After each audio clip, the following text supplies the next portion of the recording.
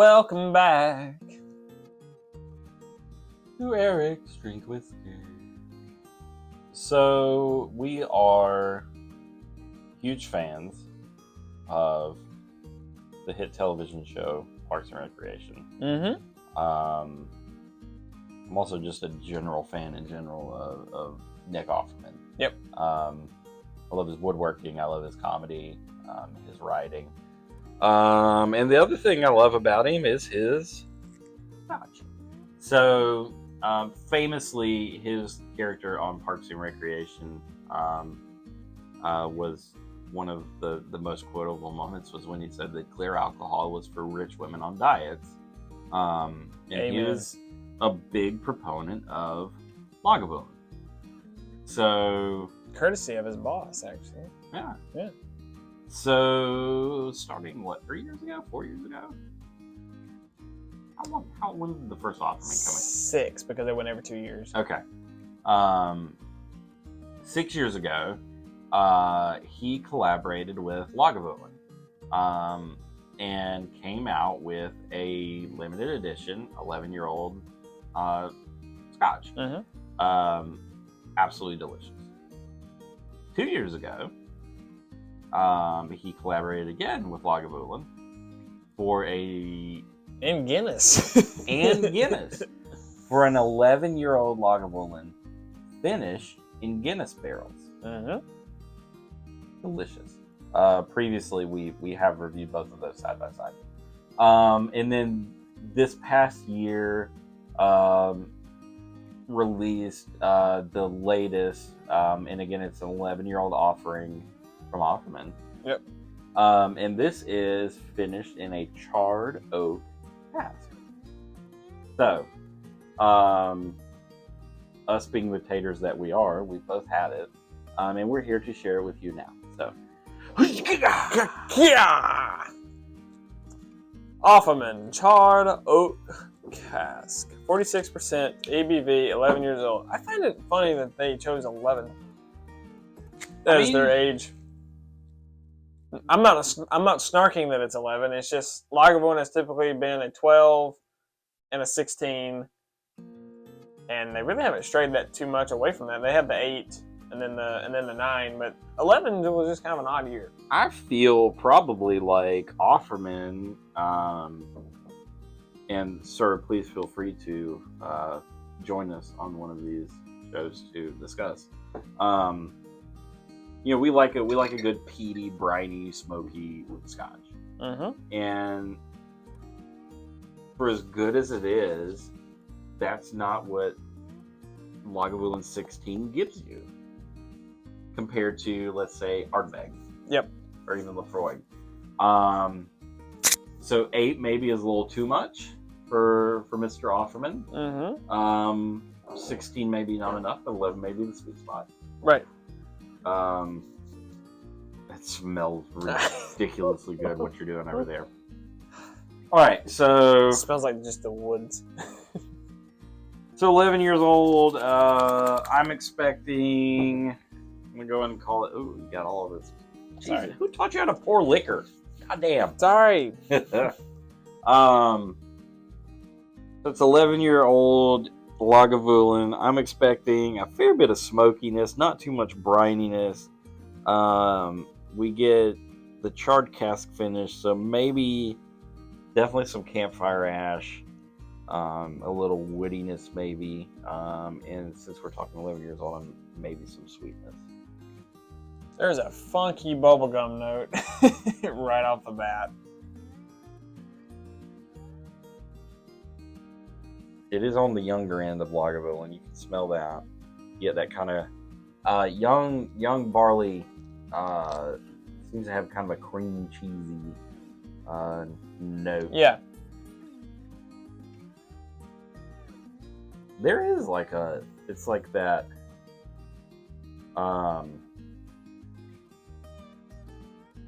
Bubblegum, clovey note. Like double bubble with some allspice. Cream cheese and bubblegum and smoke. Yeah. Campfire ash. Maybe a little bit of cinnamon. That smells really good. That was good. Tasted fine.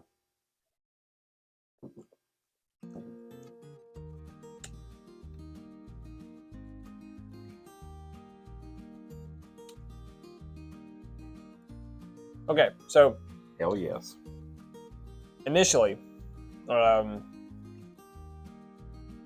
there's a Scotch that I bought that I was severely disappointed in, given its marketing.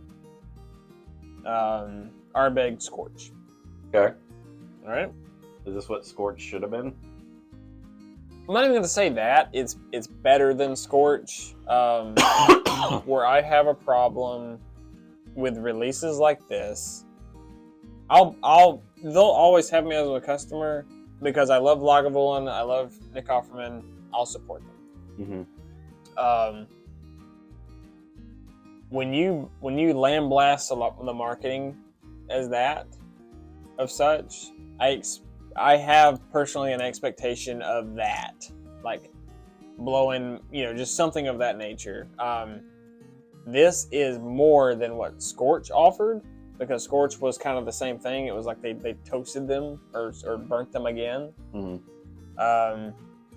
This initially tasted like some of the $45, $50 NDP Islas that I've had, but the back end is where that little burnt taste, where I enjoyed it, came in. It was like yeah, this tastes like young Isla. And then it was just like, oh, there it is.